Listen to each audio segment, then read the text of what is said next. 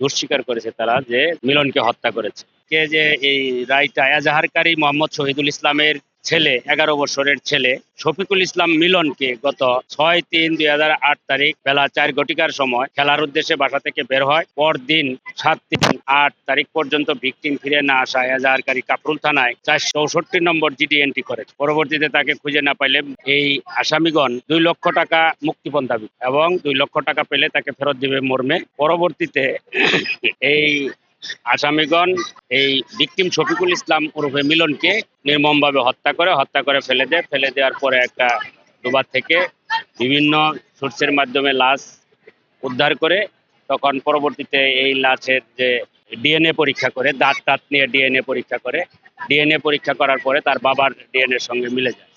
পরবর্তীতে তার বাবা এই পুত্র সুখে তার বাবা মারা যায়। এই আসামিগণ 164 করেছে, প্রত্যেকজন আসামি 164 করেছে। দুঃস্বীকার করেছে তারা যে মিলনকে হত্যা করেছে 2 লক্ষ টাকা চাঁদা না পেয়ে।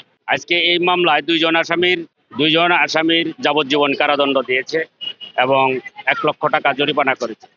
এই জরিমানার টাকা ডিসি ঢাকাকে নির্দেশ দিয়েছে জরিমানার টাকা উত্তোলন পূর্বক ভিকটিমের পরিবারকে দেওয়ার জন্য। আর একজন আসামিকে 14 বছরের সাজা প্রদান করেছে, সে শিশু হওয়ার কারণে। এখানে রাষ্ট্রপক্ষ আমরা 9 জন সাক্ষীর সাক্ষ্য দিয়েছি। সকল সাক্ষী তার সাক্ষ্যের সত্যতা প্রমাণ করে গেছে, তদন্তেও সত্যতা পাওয়া গেছে, মেডিকেল ডিএনএ সবকিছুতে সত্যতা পাওয়া গেছে, ম্যাচিং আছে ডিএনএ তে। আজ আসামিদেরকে যে সাজা প্রদান করেছে বিজ্ঞ আদালত, আমরা এই রায়ে সন্তুষ্ট।